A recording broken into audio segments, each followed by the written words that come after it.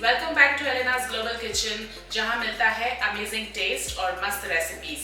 आज मैं एक और नए रेसिपी के साथ आ गई हूं जिसका नाम है गार्लिक नान एंड बटर नान। तो चलिए रेसिपी स्टार्ट करते हैं।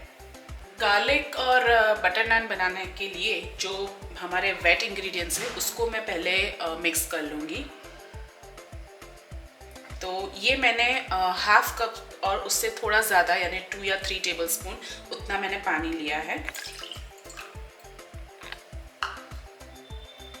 उसके अंदर मैं 1/4 कप जितना मैं मिल्क डालूंगी। ये मेरा रूम टेम्परेचर वाला मिल्क है।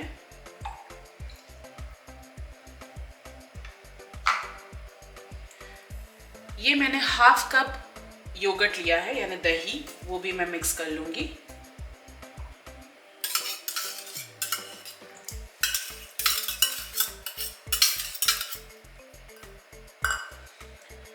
और ये 2 टेबलस्पून जितनी पिसी हुई शक्कर है, जिसे हम कास्टर शुगर भी कहते हैं, तो वो मैं ले लूँगी।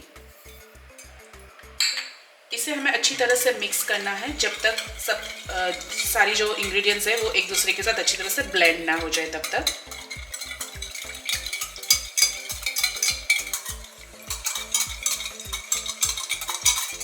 ये अच्छी तरह से मिक्स हो गया है, तो अब इसे मैं थोड़ी देर के लिए साइड में रख दूंगी और तब तक हम जो ड्राई इंग्रेडिएंट्स है उसको मिक्स कर लेते हैं। वैसे तो बटर नान और गार्लिक नान जो है, जो भी नान होती है वो मोस्टली तो मैदे से ही बनती है, बट मैं आज जो नान बनाने वाली हूँ उसके अंदर मैं थोड़ा सा गेहूँ का आटा भी डालूँगी। तो ये मैंने 2 कप्स जितना मैंने मैदा लिया है वो मैं ले लूँगी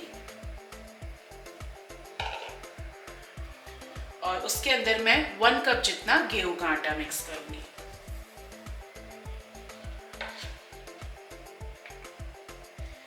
और ये मैंने 1 टीस्पून जितना मैंने बेकिंग पाउडर लिया है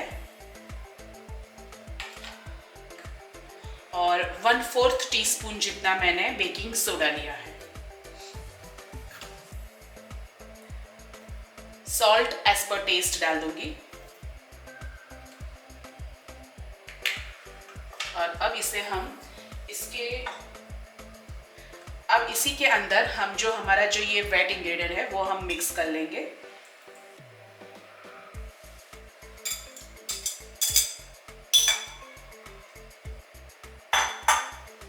अब पहले तो मैं स्पैचुला से इसे अच्छी तरह से मिक्स कर लूंगी ताकि जो भी इंग्रेडिएंट्स है सारे इसके अंदर वो अच्छी तरह से पहले एक दूसरे के साथ ब्लेंड हो जाए।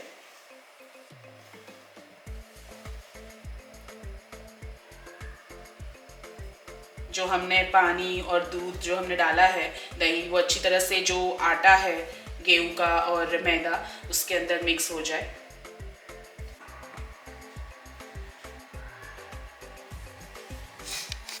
मैं अब इसके अंदर 1 टेबलस्पून जितना ऑयल भी डाल दूंगी।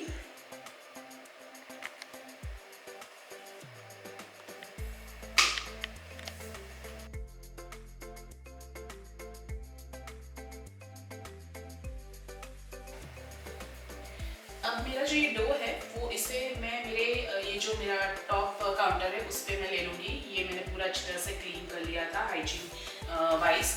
अब इसके ऊपर ही हम हमारा नान का डो हम बांध देंगे ताकि हमें उसे अच्छी तरह से स्ट्रेच करने का हमें।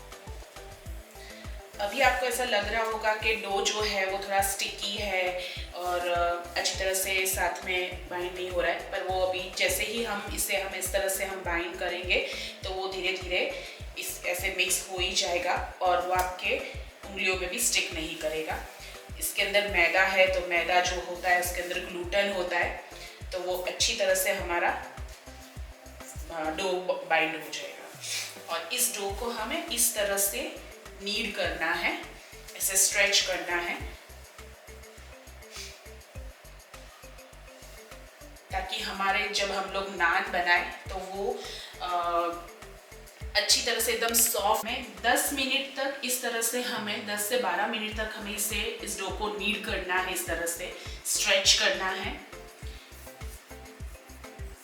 ताकि हमारा जो हम जब नान को बेले और हम इसे जब नान को हम पकाए तो वो अच्छे एकदम सॉफ्ट बने और लंबे टाइम तक वो आपके नान अगर आप स्टोर करके भी रखोगे तो वो सॉफ्ट ही रहेगा। वो जो बाहर के नान जिस तरह से एकदम रबर टाइप हो जाते, इलास्टिक टाइप, वैसे नहीं होगा और अच्छी तरह से आप उसका बाइट भी ले सकोगे। ये जो मेरा डो है 10 to 12 मिनट्स हो गए हैं इसको मैंने नीड करते करते। अब आप देख सकते हो कि किस तरह से हमारा डो अच्छी तरह से बाइंड हो गया है और ये ऐसे ग्लूटेन भी, अब इसको जब हम रेस्ट देंगे तो ग्लूटेन भी अच्छा फॉर्म हो जाएगा, मैदा है इसलिए। अब इसे मैं एक बाउल में अब एक बाउल में ले लूँगी और ऐसे थोड़ा सा ऑयल बाउल में लगा के इस डो को मैं मिनिमम 2 आवर्स का आपको इसको रेस्ट देना है ताकि इसका रिजल्ट आपको अच्छा मिले। अब ये जो हमारा नान का जो डो है उसको अच्छा रेस्ट मिल चुका है 3-4 आवर्स का, तो अब ये एकदम रेडी है नान बनाने के लिए। तो चलिए अब इसे हम डो बॉल्स में पहले कन्वर्ट कर लेते हैं और फिर हम इसे नान के शेप में हम बेलेंगे।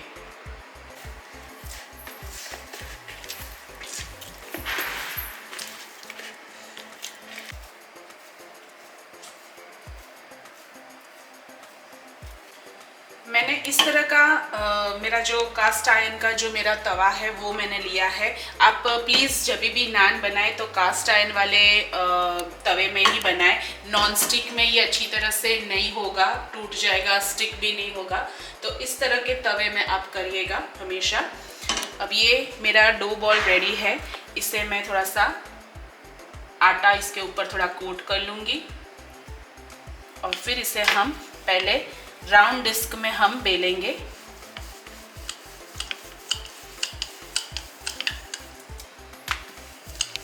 ये इस तरह से हमें इसको थोड़ा सा स्ट्रेच करना है।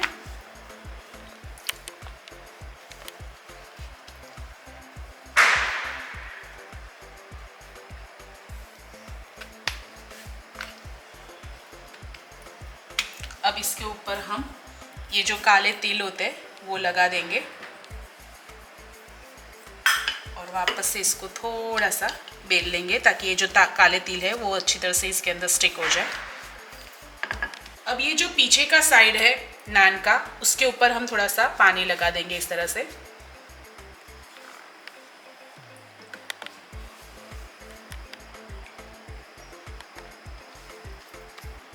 और फिर इसे हम इस तरह से तवे पर डाल देंगे और ऐसे इस तरह से हमें इसे प्रेस करके दबा देना है।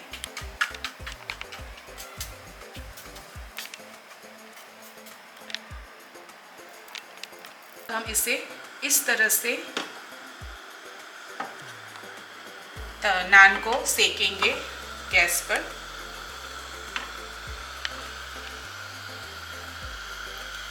सब जगह से ये पकना चाहिए और थोड़ा सा जो वो ब्राउन कलर ऊपर होता है वैसा हमें लाना है।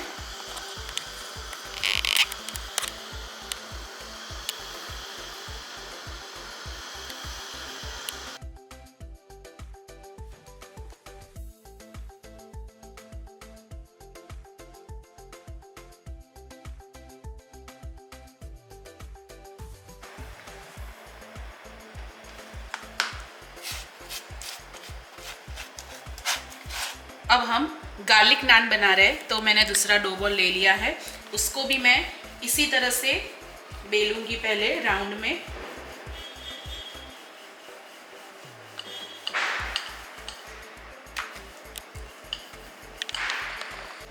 अब इसके ऊपर मैं गार्लिक लगा दूंगी पहले।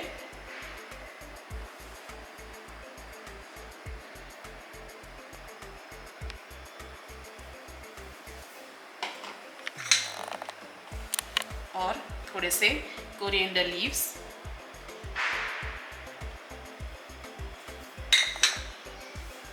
और थोड़ा सा मैं इसको इस तरह से पानी वाला करके इसे दबा दूंगी ताकि ये जो गार्लिक है वो निकल ना जाए। अच्छी तरह से पानी लगा लेंगे।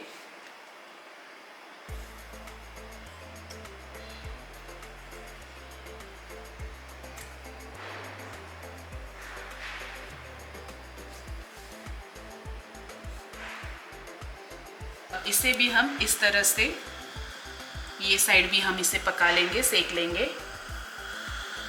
सब जगह गैस की जो आग होती है वो इस नान को मिले, इस तरह से हमें करना है ताकि ये कच्चा ना रह जाए। ये बहुत ही पेशेंस वाला काम है, पेशेंस से इसको करना है। मैं जानती हूँ थोड़ी मेहनत है, बट आप खाओगे तो आप एंजॉय भी उतना ही करोगे।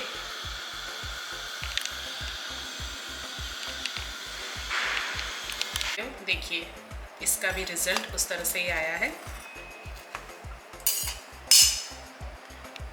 ये हमारी बटर नान और गार्लिक नान रेडी है सर्व करने के लिए।